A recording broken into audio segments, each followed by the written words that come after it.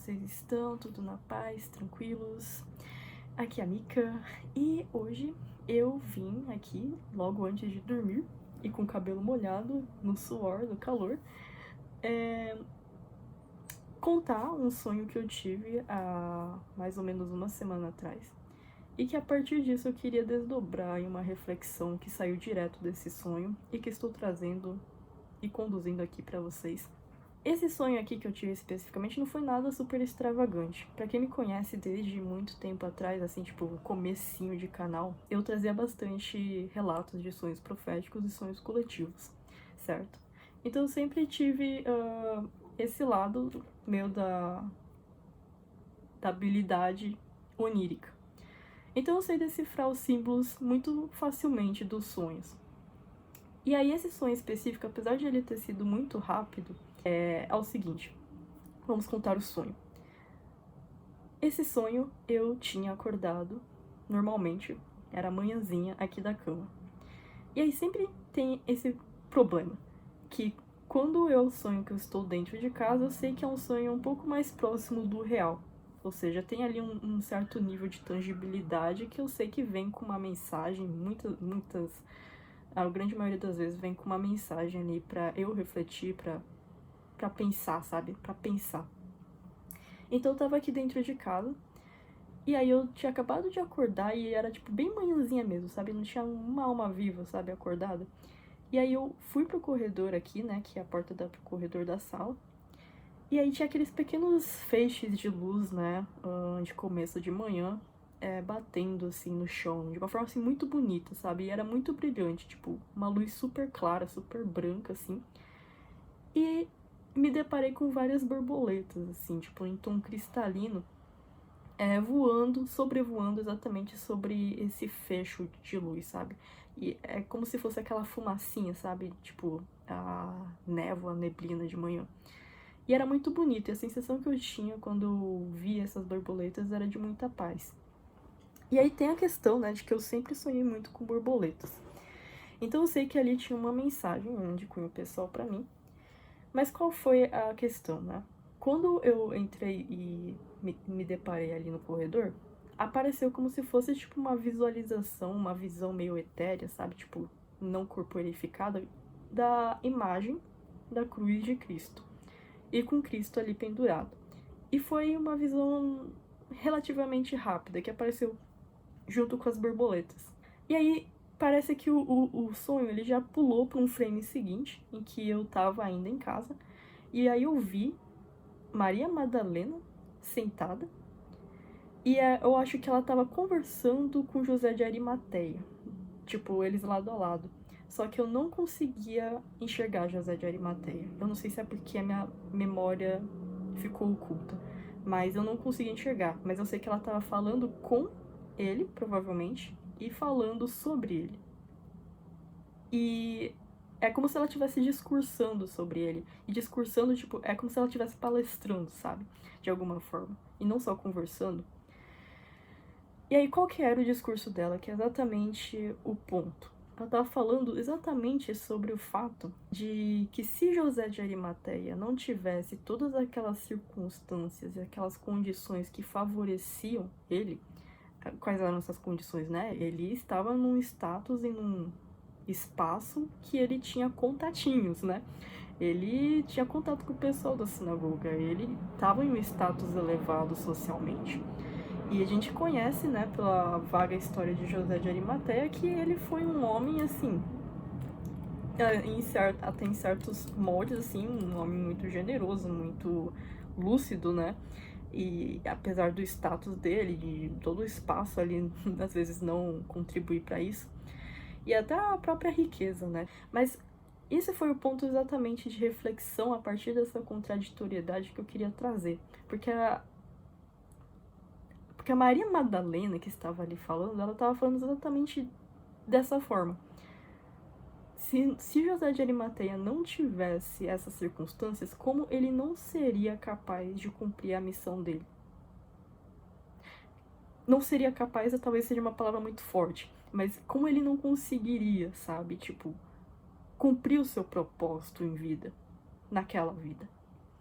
E acho que essa é uma mensagem, uma coisa que a gente tem que levar à tona pra nós mesmos e, tipo, aplicar pra nós mesmos, né? Cada pessoa, ela vem com essas características e vem com certas circunstâncias. A primeira coisa que a gente aprende quando é pequeno, né, na escolinha, mas a gente vai desaprendendo de novo com o tempo porque o mundo se contradiz. Todo mundo é diferente e devemos respeitar as diferenças, certo? Isso parece um ensinamento básico muito, tipo, muito balela, sabe? Mas vocês não sabem o quanto isso é importante pra depois, tipo, no futuro, você não acabar caindo exatamente uma coisa que vai te distanciando dessa força chamada voz interior.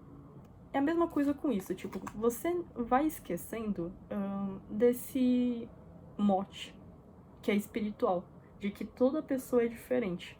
Se a gente for conjugar isso em termos mais espirituais mesmo, o que isso quer dizer? Cada alma tem o seu imprint, né? Cada indivíduo veio aqui com a sua própria voz. E a sua voz, ela vai ser expressa da sua própria forma também. E aí, o que a gente não consegue, às vezes, associar, parece uma coisa, tipo, a gente falando assim, parece óbvio. Mas quando a gente tá vivendo, a gente não sabe o quanto a gente é, tipo, ignorante, sabe? Tipo, a gente não percebe, sabe? Por exemplo, as pessoas, conforme elas vão criando ou internalizando inconscientemente esses dogmas e essas construções que existem, tipo, o que é o modelo perfeito de pessoa? Esse é ideal, aí você quer seguir esse ideal, e esse ideal de pessoa, ela tem certos caracteres, um trejeito, enfim, que você convém na sua mente, ou que as pessoas ditam literalmente que tem que ser.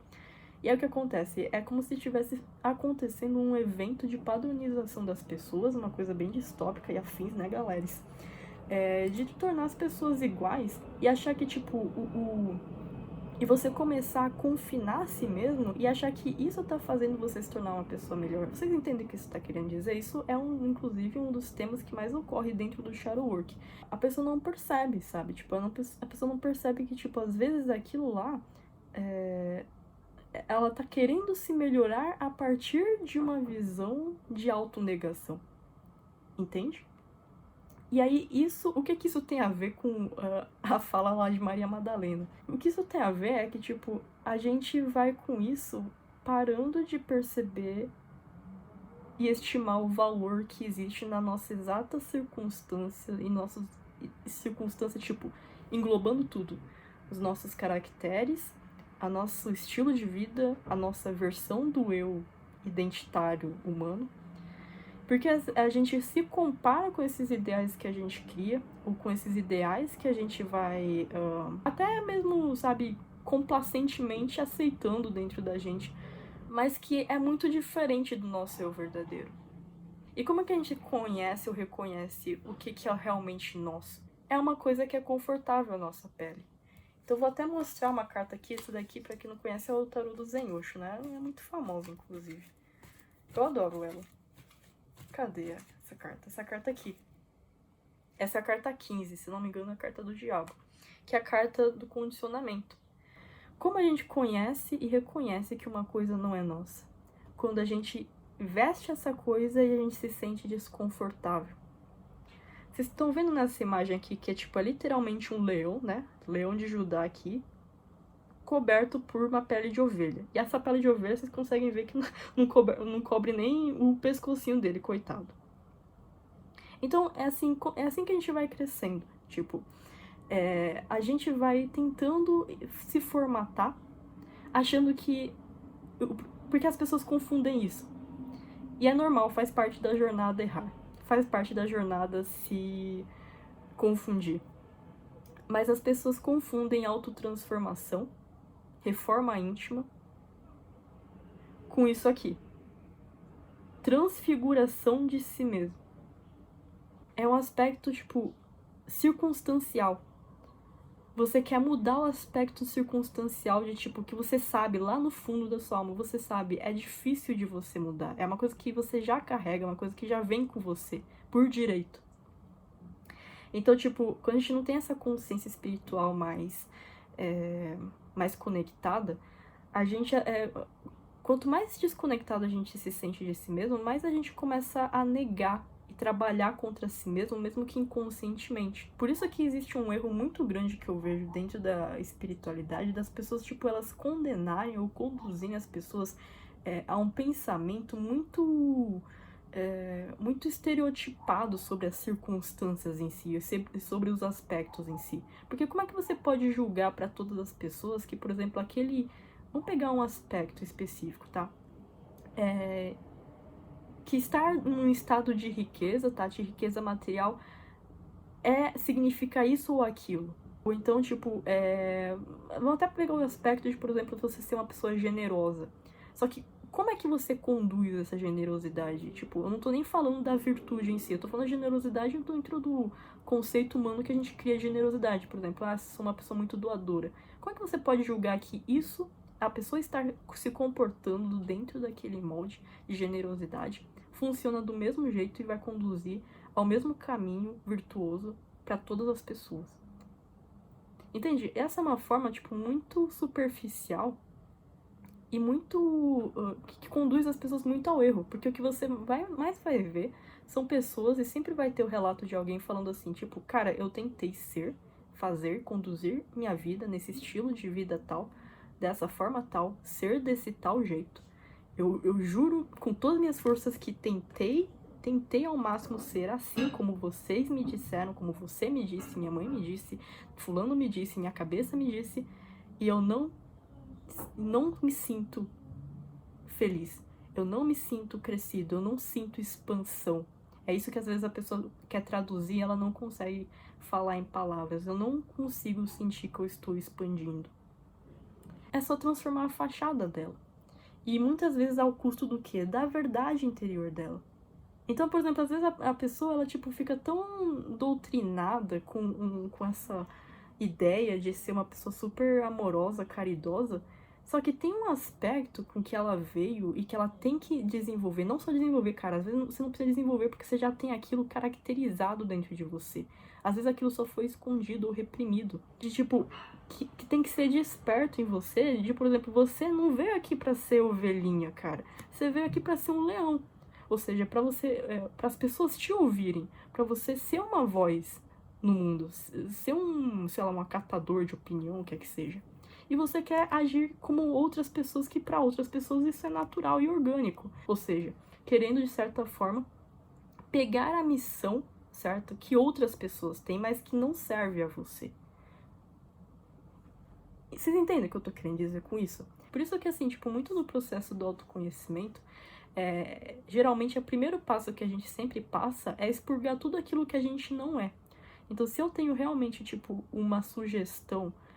Sugestão é meio brabo, né? Tipo, mas se eu tenho, tipo, uma coisa, assim, que, tipo, parece pra mim muito batata, assim, tipo, você quer saber quem você é? Ah, quem é o verdadeiro eu? Como você pode perguntar pra mim quem é o seu verdadeiro eu? Às vezes nem eu conheço o mesmo direito, você vai perguntar pra mim? O que a gente pode perguntar pras pessoas é, tipo, o que você percebe em mim que às vezes eu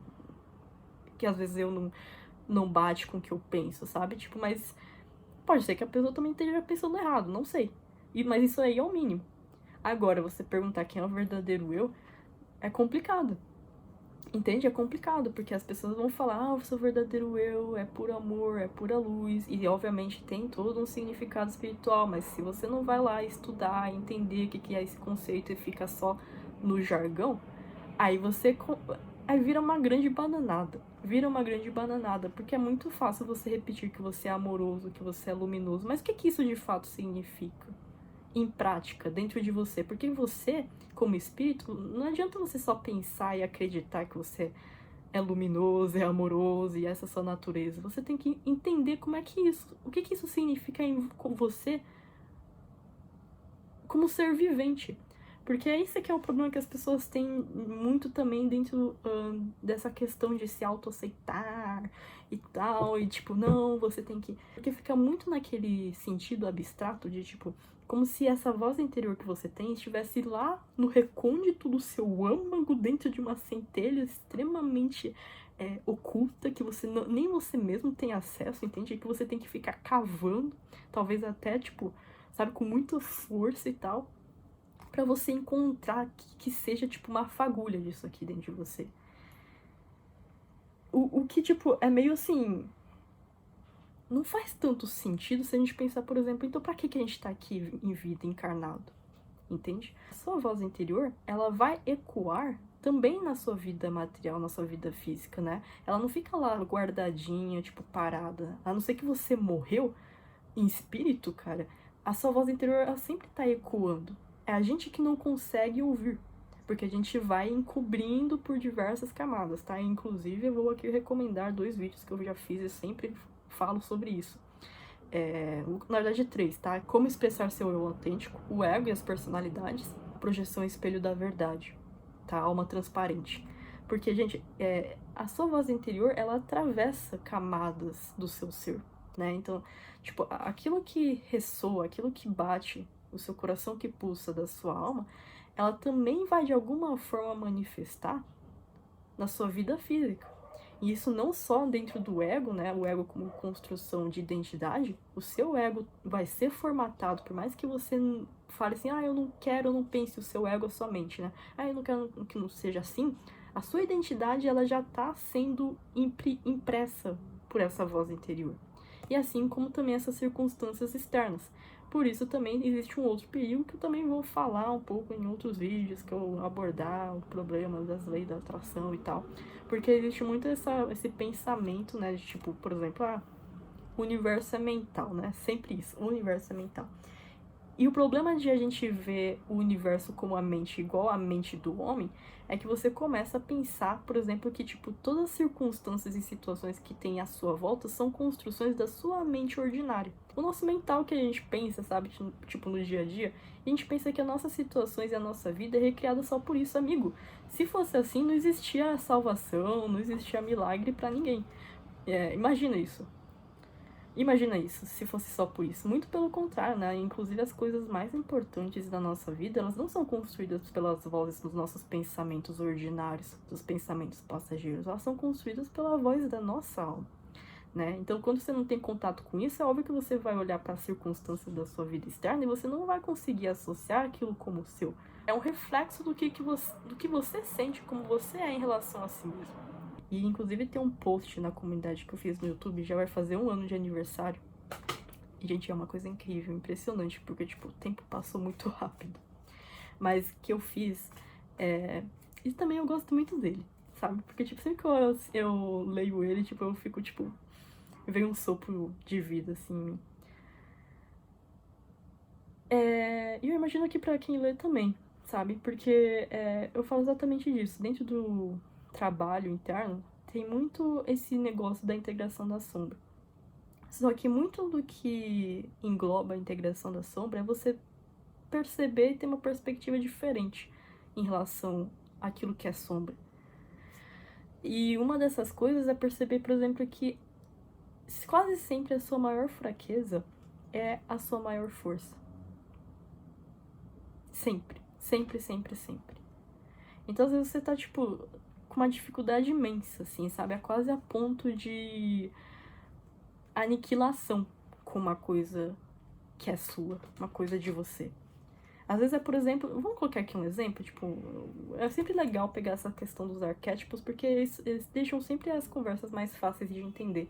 Mas eu lembrei agora, por exemplo, de muitas pessoas que passam muito por essa trajetória, essa circunstância de, por exemplo, sempre sentir, tipo, meio que sozinha no mundo. Tipo, meio que isolada, ou que sem paz, sabe? Tipo, bem órfã. E às vezes a pessoa não sabe que está escondido nessa orfandade, nesse sentimento de solidão, uma força interior extraída daquilo. De que forma, o que é exatamente, não é igual para todo mundo. Mas com certeza existe ali. Sabe? Não, aqui você já transcende todo aquele campo que existe de tipo, isso é karma, isso é repetição de vidas passadas e não sei o quê. Aqui já não tem mais isso. Aqui é você pensar, cara, o que isso significa? O que isso significa, tipo, no nível do que é valoroso, sabe? Tipo, o que isso é pra mim? O que isso é sobre mim? Porque se eu só consigo ver a coisa negativa, você ainda não entendeu o que aquilo é sobre você. Você entendeu o que aquilo acontece, o que aquilo afeta sobre você. Quando você vê uma circunstância sua, um atributo seu, e você fala o que isso é pra mim, já, amigo, já é uma pergunta, uma visão totalmente diferente de você pensar como é que isso me afeta. O que isso dá pra mim? O que isso tira de mim? Não, o que isso é pra mim é diferente. Então, cadê a outra imagem da outra carta? E a gente aqui para, né, de falar, porque eu acho que deu pra entender, né, gente? Deu pra entender. Eu tenho que dormir. Eu tenho que dormir. E, gente, eu não sei porquê, tá? Mas porque eu gravei esse vídeo 3 vezes. Mas eu tirei a carta na segunda tentativa de vídeo e apareceu essa carta aqui. E aí eu tava passando aqui embaralhando e eu me deparei com ela de novo e ela me chamou a atenção. Eu não sei, mas eu acho que tem uma pessoa aí que tá... Eu falei de solidão agora, né? Eu acho que tem uma pessoa aí que vai assistir que tá se sentindo bastante sozinho. Ou que tá sofrendo bastante com sentimentos de solidão. Na verdade, o que eu sinto muito é um sentimento de isolamento mesmo, sabe? Tipo, como é que alguém deve estar se sentindo assim, tá? Aqui. Sentindo muito, muito isolado em si mesmo, né? Tipo, coração de gelo, assim. Eu entendo bem esse sentimento. Eu não sei o que dizer sobre isso, gente. Mas eu espero que eu falar que que eu sei muito bem como isso é, faça você não se sentir tão sozinho. Essa imagem aqui também me chamou muita atenção ultimamente. Confiança. Entregue-se. É tipo isso, quando a gente tá se sentindo sozinho, a gente se sente, tipo, totalmente desamparado, sabe? Sem solução, não sabe a quem recorrer. Nossa, gente, é um sentimento horrível, né? Tipo, você sabe que tá sofrendo, mas você não sabe pra onde ir. Entregue-se, tipo, desabafa, cara, tipo, libera. Faz alguma coisa, tipo, sem ligar pra nada, tipo, é um sentimento extremamente libertador você, de repente, não ligar pra nada. Tipo, se a gente liga tanto, sabe, tipo, será que as pessoas gostam de mim? Será que eu tô sendo uma pessoa egoísta? Será que não estou? E será que, tipo, isso e aquilo? E aí, essa hora você fala assim, foda-se, e você libere da sua própria forma. Acho que essa é a dica que eu daria pra você hoje, meu amigo. Essa é a dica que eu daria pra você hoje, tipo, é só liberar. É só liberar, literalmente, literalmente. Essa imagem aqui, gente, do rebelde, essa aqui é a carta do imperador. E a carta do imperador, ela é uma imagem de muita força, né, digamos assim. É uma imagem, tipo, quando você tem autoridade sobre si mesmo. Quando você governa a sua própria luz. Então, essa é a mensagem, conclusão final sobre a frase de Maria Madalena que eu ouvi no meu sonho. Todo mundo está carregando essa tochinha de luz. E o foco que eu queria dar aqui não é pra luz em si, mas a tocha em si. Essa tocha aqui, gente, é o corpo. E qualquer pessoa aí que estuda, que é da bruxaria, da magia, sabe disso, né? Quando a gente acende uma vela, o corpo da vela, o que ela significa? Ela significa a gente, né? A gente aqui andando na Terra. E a chama, né? A chama é a nossa consciência. Então, existe uma subestimação muito grande que existe, né? Sobre a tocha. Se você não consegue valorizar a tocha, valorizar que eu digo, tipo, respeitar e honrar tudo que você não consegue acender e ver a chama da sua luz. Porque é exatamente esse veículo aqui que é capaz de conduzir e de carregar essa luz que você tem. Então não se desfaça de muitas coisas que lá no fundo, faça uma análise consigo mesmo, mas eu tenho certeza que com quem eu tô falando aqui, muitas pessoas que estão aqui, eu sei que você sabe lá no fundo, tipo, você sabe lá no fundo aquilo que é realmente você, aquilo que é realmente seu. A gente, por exemplo, pode passar a vida inteira reformando e reformulando as nossas crenças, o que é importante e devido. Mas vocês vão perceber isso. Sempre que você reforma as crenças, sempre remanesce um pedaço de algo que você crê piamente como seu. Aquilo que é imutável, aquilo que, tipo, sempre tá junto com você, você não consegue mudar. Às vezes é, por exemplo, um senso de justiça. Às vezes é um senso é, de amor incondicional pelas pessoas, ou pela vida, ou pelos seres humanos. Às vezes são essas coisas, e elas sempre estão contidas em qualquer crença, o mais distante possível que você tenha, e que você esteja tentando refazer. Você vai perceber, sempre tem aquele resquício que é totalmente, inteiramente seu. É isso, gente. Tá certo? Nunca esqueçam da sua voz. E honrem a voz de vocês, porque a voz de vocês é necessária no mundo. E fiquem na paz. Beijinhos e até a próxima.